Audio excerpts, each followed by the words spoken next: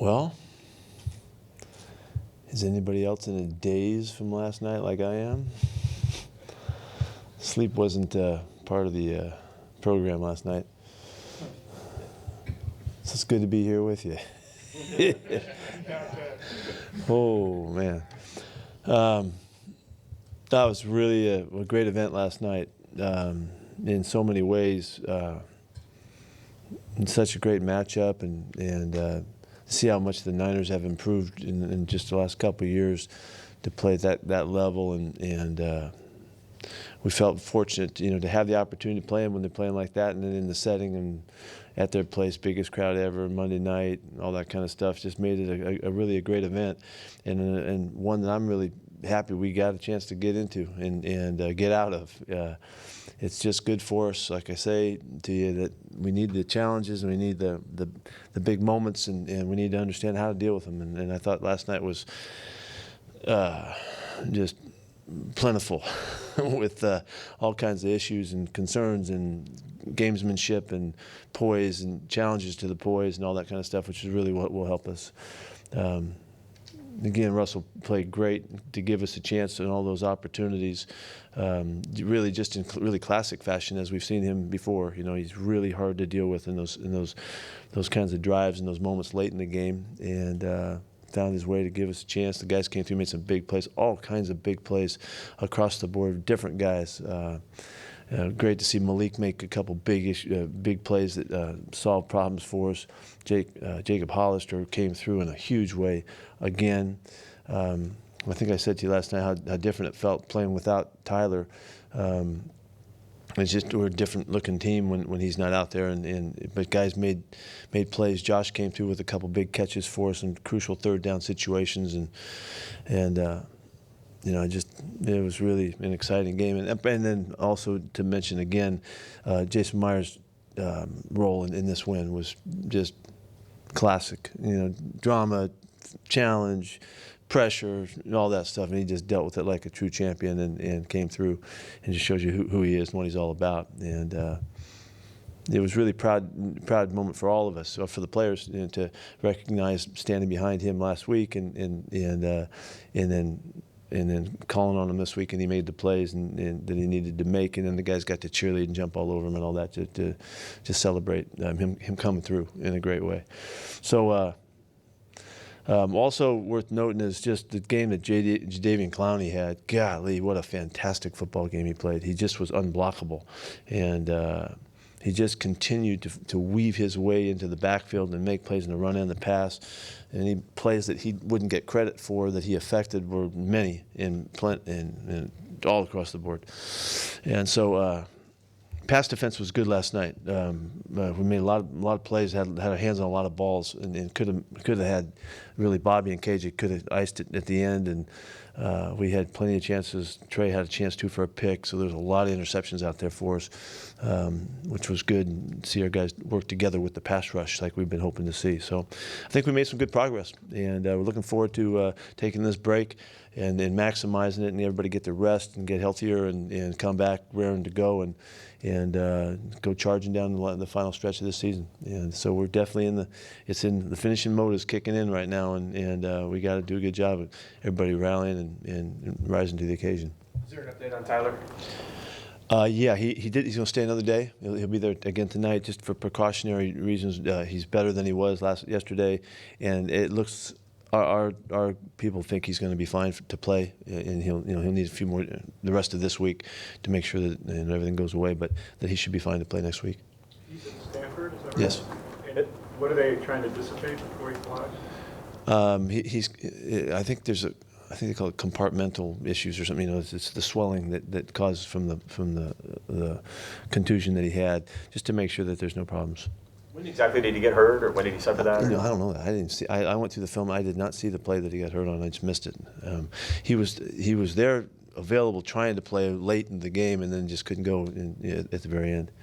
He was probably hurt from that kickoff. I mean, before the kickoff return, where he just basically took a knee. Yeah, I don't know. I didn't see what happened.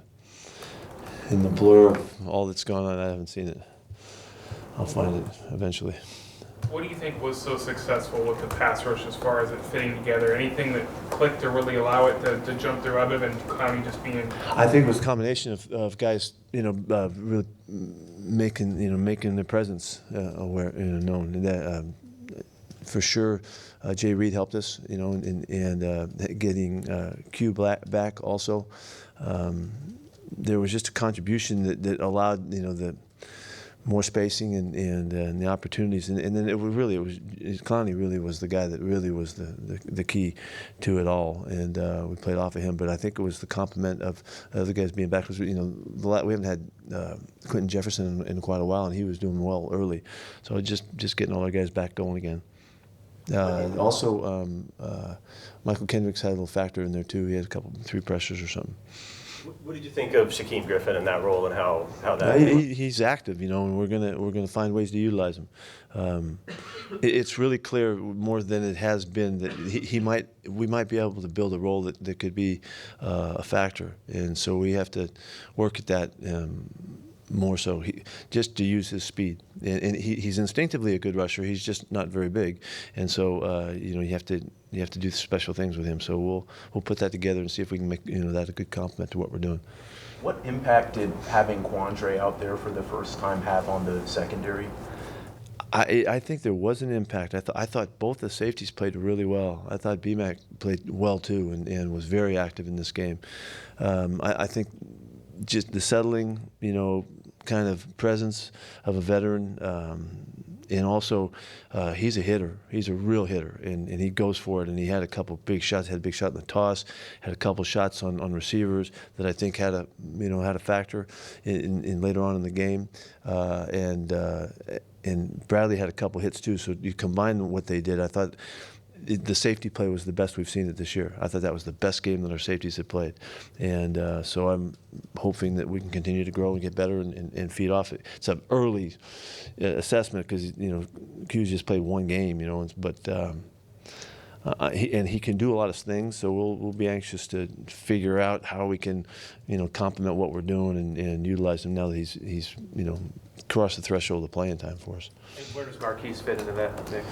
We want him involved too. We love what he does. His running and hitting is of great value to us. So he played in the dime situations last night, and we'll work that out as we go forward.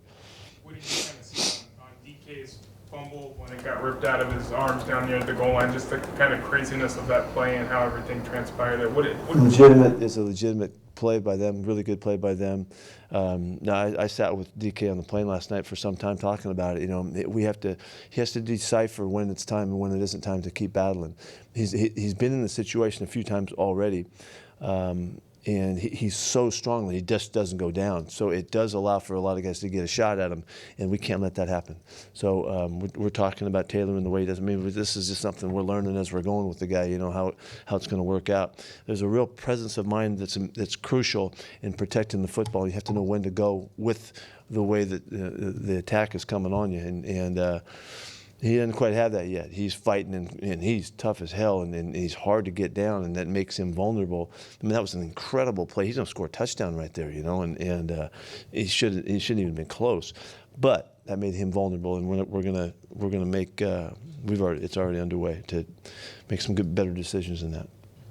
That play Shaquille made on the last third down down the sideline to recover from the little gap. Yeah, what a huge play when you go back and you watch the game, and the impact of that play was monstrous. Because he was trailing a little bit, but he made it up with just great athleticism and great timing on getting his hands on the ball. He made a really secure two-hand knockdown there. But that was a huge play. Yeah, obviously that play changes the game. Of the plays that you're sending into the league, which are you most eager to hear an explanation on? Maybe the quarterback forward progress thing. I'm anxious to see that one. See what I talked to Al about it already, just to get the conversation going. And how they look at the various styles of quarterbacks. Some guys can get out and some guys aren't getting out, and how they handle that, and just to understand even more fully, what to expect. And I don't really know that I'm not complaining about those calls. I just want to know more how, the criteria and how it's going to go from QB to QB and week to week and all that.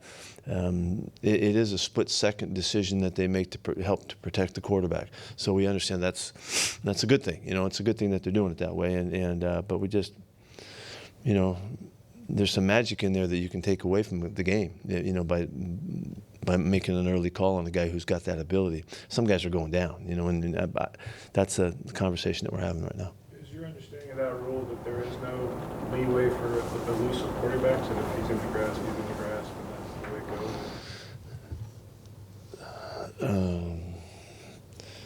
goes? You actually said, is it my understanding? Is that what you said? Well, the NFL's so black and white on rules. Just trying to figure out how to answer the question and buying time here.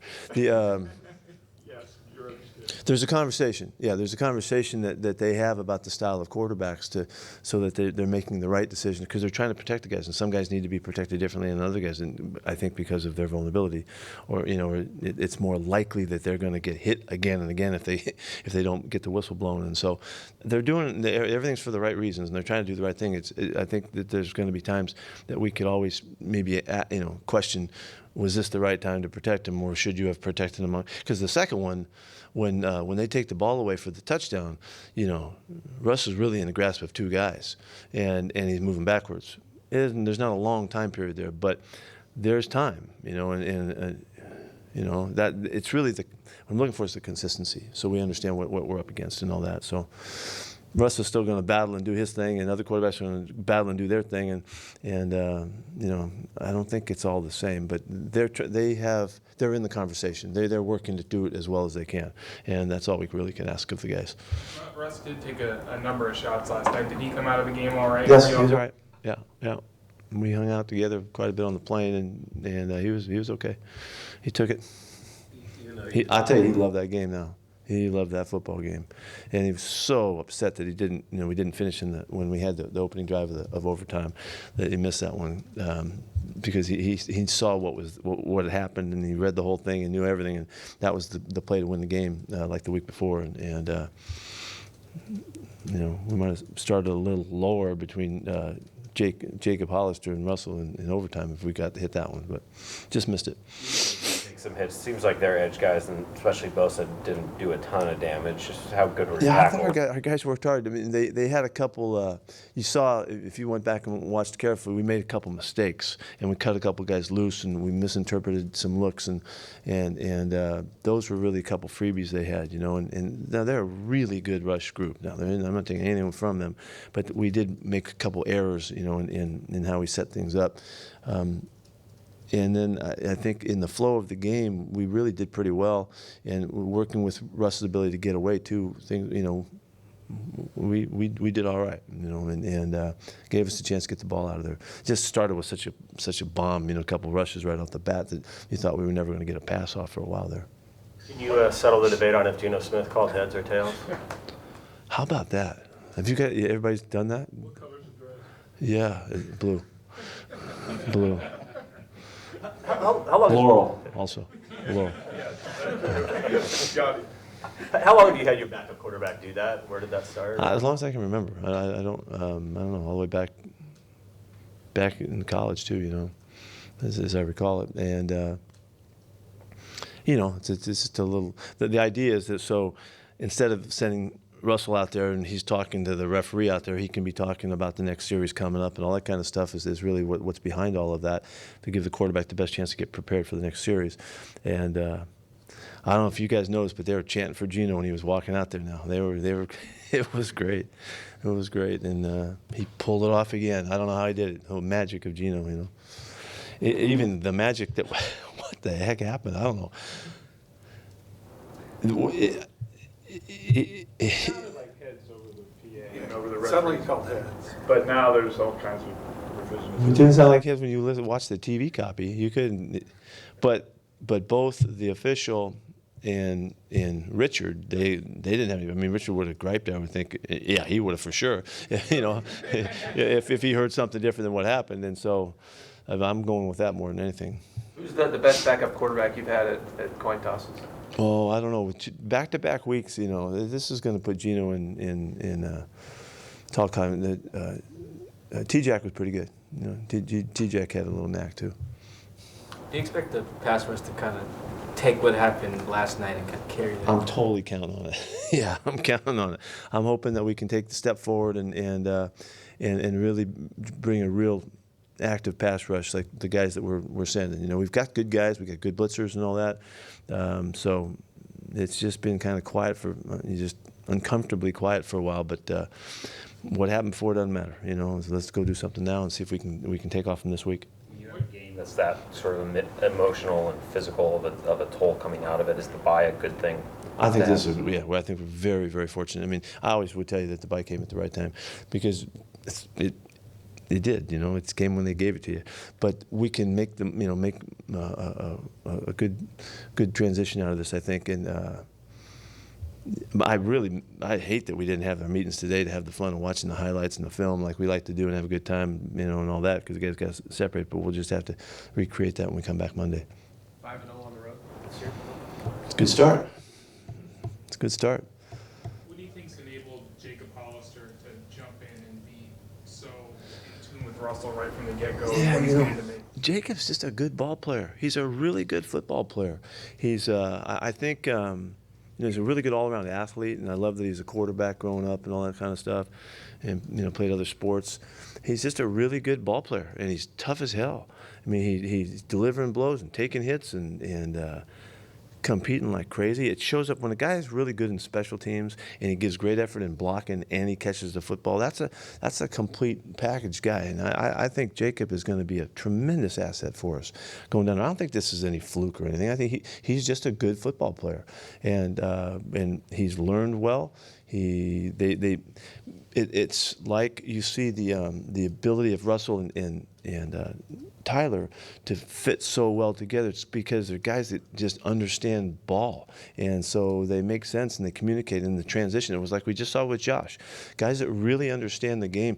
The transition in the communication just seems to be kind of wide open and fluent, and you can benefit from that. So, I mean, the play that they make for that touchdown pass, Russell sees that Tark's back is to him, and he can't tell what's going on. So Russ knows, I got this, and Jake kind of had a feel for it. Yeah, just go ahead, we got this guy. They kind of both knew what was happening, and he dropped the ball on him, and they make a beautiful touchdown play out of it. Didn't even look like there was any way you could make that play, But those two guys both thought it could happen, and they saw it that way. So that's that's a special guy that adds, to Russell, and you can just tell that's why he's been able to be, part of this thing so quickly and really in a big way. A heck of a game by Jacob Blood yesterday. You mentioned Josh, now that he's going to have a couple weeks, just how much more will be available to him? I don't know.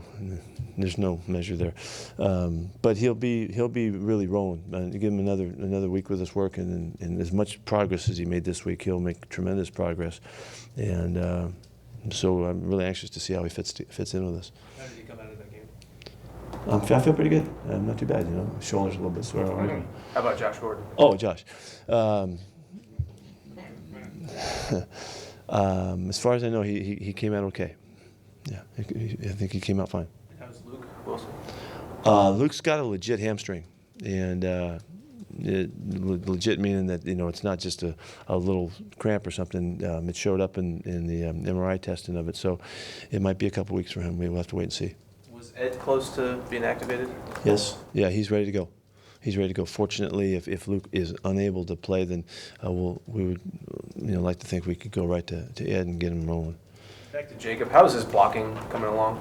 He's doing fine. He gives us great effort. He gives us everything he's got. He's not a big guy, so he has to really work hard. Technique-wise, his footwork is really good, and his hand placement is good, and he fights you. That's all. We're getting everything we can from him, and that's all we could ask. Going back to Hollister and Josh Gordon, you're saying that when a guy just knows ball. When do you see that? Is it? Well, it doesn't. Sometimes it doesn't take very long. Josh was really. It was really obvious. We gave him a couple days of practice, and he was making sense of so many things, and it looked right off the bat, and he was comfortable and fluent, and he wasn't, starting and stopping and wondering, having to ask questions and stuff. He would make sense of stuff. So some guys it just comes easy to him, and they let you know that. It's pretty obvious. You can tell how they're not restricted in their movement and they're not hesitant. You know, they really flow with it. They make things look easy. You know, it comes to them easily. And Josh is like that for sure. And Tyler's one of those kinds of guys. Russell's one of those kinds of guys. Chris Carson's one of those kinds of guys. You know, those are guys that they look like they can throw and catch, and they could hit a golf ball and shoot a jump shot. And, you know, they're just really good all-around athletes with just a kind of high IQ for the game. Resiliency was a word that a lot of people used after, a lot of your players used after the game last night. When did you notice that this team had that sort of characteristic to it? Well, where that comes from is belief. You know, you believe that things are going to go the right way, and that without that, then you can't be resilient. You have to believe and trust that, you know, there's a chance that things could turn the way you want it to. And this group has been a really positive, receptive bunch. You know, nobody's doubting anything. Nobody's going off in a different direction. Nobody's got their own agenda. These guys are on board. And so when the leadership is very, very much, you know, kind of in that line of thinking, and you got Bobby and you got Russ and our guys who know that good things are going to happen. Their coach is talking that way all the time, and guys they're going along with it. You got a really good group that can find a common ability to be resilient, and I think that's what we have. And just look at us, you know. You might have seen, you know, how much I was fired up about going into OT. I mean, I love the fact we're going into overtime. Okay, this is what this is now, you know. Our guys were jacked up. I mean, they were fired up to get Gino just to go flip the coin, you know. So that's the right spirit of taking on the opportunity to succeed and to overcome. And that comes from belief. And that, you know, they've got reason to believe in that good things are going to happen. And you got a QB like Russ and an approach like we have, it kind of has come together. And so possibly, and if we come back again next week, we can ride this and take advantage of it and see if we can't come up with some more stuff here to make this a really fun season. You touched on the ball security stuff a little with DK, but the 5 fumbles in total yesterday. There's been a number on the season overall. I know that's not something you'd be thrilled about. What do you see out of them? How do you push forward on that? Where do you see it at this point? Well, I got to do a better job. You know, I have to do a better job of setting the thing in motion about how we emphasize it. And it's one of the it is the most emphasized aspect of our program, but it isn't good enough. We're not doing it well enough, and the guys aren't buying in well. I mean, and for example, I mean, here I'm talking about DK right now. We're still teaching DK about situational football. I'm telling him, watch Tyler. Watch how Russell and Tyler take care of the football. They know when to avoid the contact that could make them vulnerable. And it's not being soft, or it's not, you know, it's not being a tough guy. I mean, that's presence of mind and conscience that is the team conscience represented, you know, and so we're still learning, you know, we're still learning, so we got to do better. You know, Chris, if you guys could see, you know, how much we spend time on and how directly we spend time on our specific guys that have a chance to put the ball in their hands, not to mention Affetti, and but we're working on it, you know, and so we have to work better. We have to work more efficiently.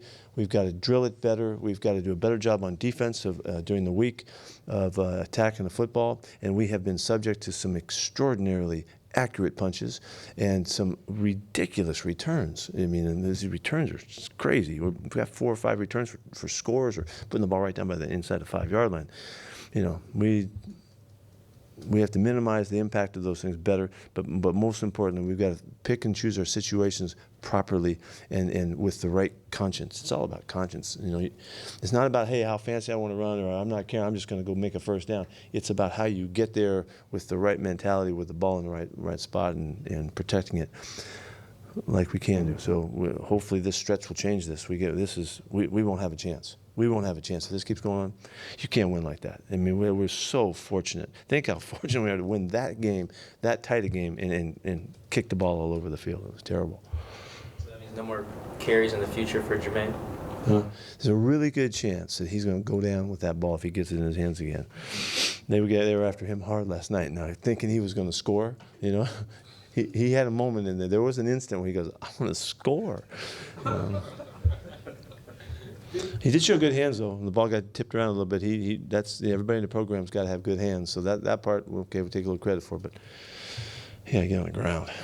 You said in the locker room last night some guys were asking if he stole the ball from him. Yeah, there was. It looked like that even on the film, on the coaches' copies, you could see on the TV copy, you could see the ball got knocked around a little bit. Yeah, I mean on the plane last night, we're all looking at these little teeny, screens and stuff, and you couldn't really see it. It looked like he reached in and grabbed the ball from Russ, But what in the world was he thinking, But that's not what happened. The ball suddenly popped up, and so. I'm really glad that that's what happened, because I had no idea how I was going to talk to him today or when we get back. But I didn't know how to address the issue. I didn't even know. So we don't have to. How fortunate was the stretch of 3 incomplete passes in 14 seconds? Yeah, well, it helped us. We took full advantage of it. Some real optimism right there now. Some real optimism right there that we're going to get that ball back. Yes. Yeah, that's why we kicked it thinking that was the best chance to win the game, and unfortunately it worked out. Anything else? Thanks. Thank you.